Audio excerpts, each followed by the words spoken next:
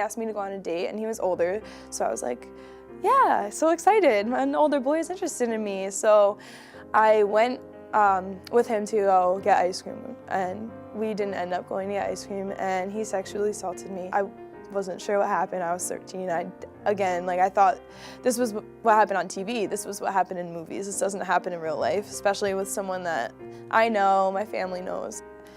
It was awful. I felt awful the whole day. I actually didn't tell anyone for a month or two.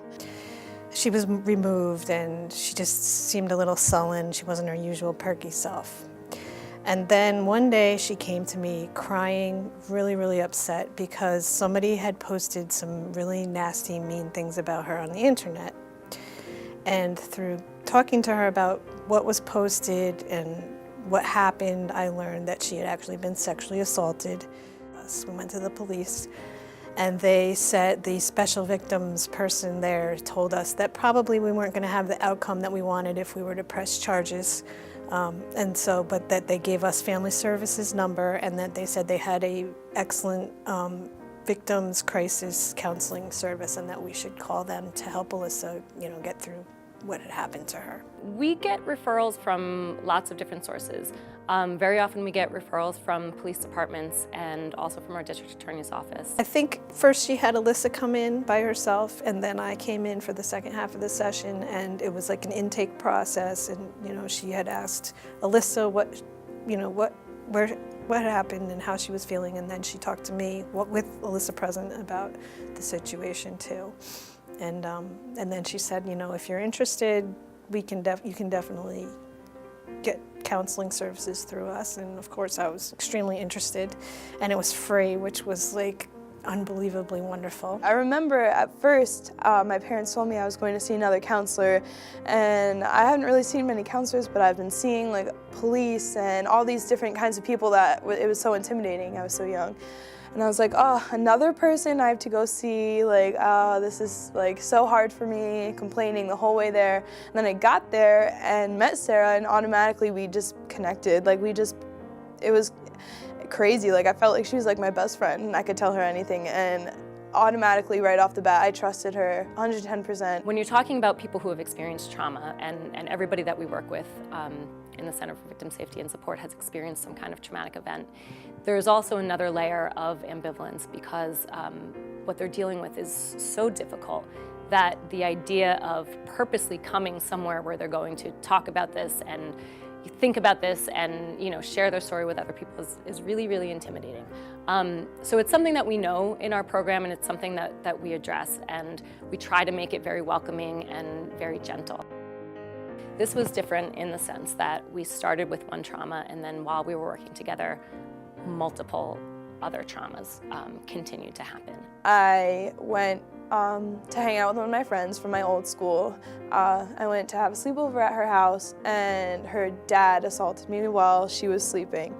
And so that kind of was a wrecking ball that took everything I worked on and more. And it felt like after everything that happened, the first assault, now this is happening. What am I doing wrong?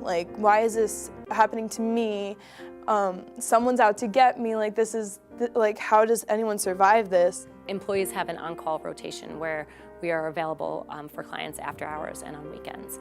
And once in a while, if I had a client that I was particularly worried about, I would make myself available for them, even if I wasn't on call. And I did that in Alyssa's case too. And one night she called, and she let me know that she was having a really hard time. I was severely depressed, self-harm, couldn't get out of my bedroom, suicidal thoughts, and I was only 14. And I talked to her mom, and we talked about what we needed to do, and at that point, we made the decision that it probably would be in her best interest to be evaluated, get a psychiatric evaluation. One of the things that I really love about working for Family Services is that there is that human connection and that understanding that if somebody needs a higher level of care, it's not just that we refer them out and then they disappear. We will refer them out and continue to work with them and continue to work with other systems that they're working with, and we'll be there with those wraparound services when they are ready to come back to a step down, a lower level of care that we can provide. As Sarah referred us, she gave us all the information. She got us where we needed to be. We did what we needed to do, and then we came back, and then we went back to Sarah. That's what the plan was the whole time. Clients have essentially two directions that they can go after they experience trauma. And one is a very negative path, and one is a much more positive path. And clients who are able to take the positive path, even though the trauma changes them, it changes them in a way that makes them stronger, that makes them live more deeply and more authentically. And that was what I so desperately wanted for her. I ended up pressing charges both times with both individuals. You know, I know Sarah felt, and I agreed, that really Alyssa needed to do that to heal. You know, she needed to do something. She couldn't just be the victim. She had to do something for herself. You know, I had no idea the legal system, what was going to happen, what to expect. Sarah walked us through every step of the way, what to expect. Every meeting at the court, she let us know when they were. She came to every meeting at the court. And I mean, I can't tell you, it was nerve-wracking, and having her there, it was like, you know, we were all nervous, and then the light walked in, and that was Sarah, you know. I mean, she was just she was everything. She was our lifeline. So we got to a point where we had gotten through the storm. And eventually she got to a point where the sessions started to get lighter. We started to be able to talk about other issues that were more normal issues for her age. And at that point, then we just started to have conversations about the fact that she was ready, you know, and the goal is always to get the client to a place where they don't need you anymore. It happened to me, I can't erase it. It's taught me more than I think anything else, though. It definitely is a lesson to me.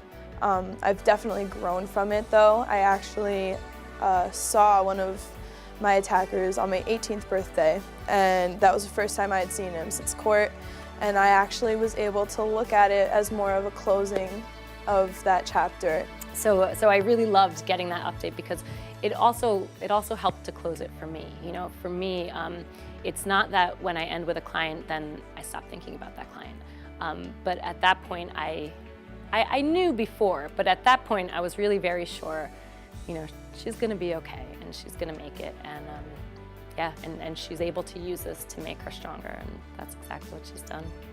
Since then, I have become so strong from that. I have learned so much in the ways of like real life, and also coping mechanisms to help me when I'm feeling sad or anything, having bad dreams, no matter what it is.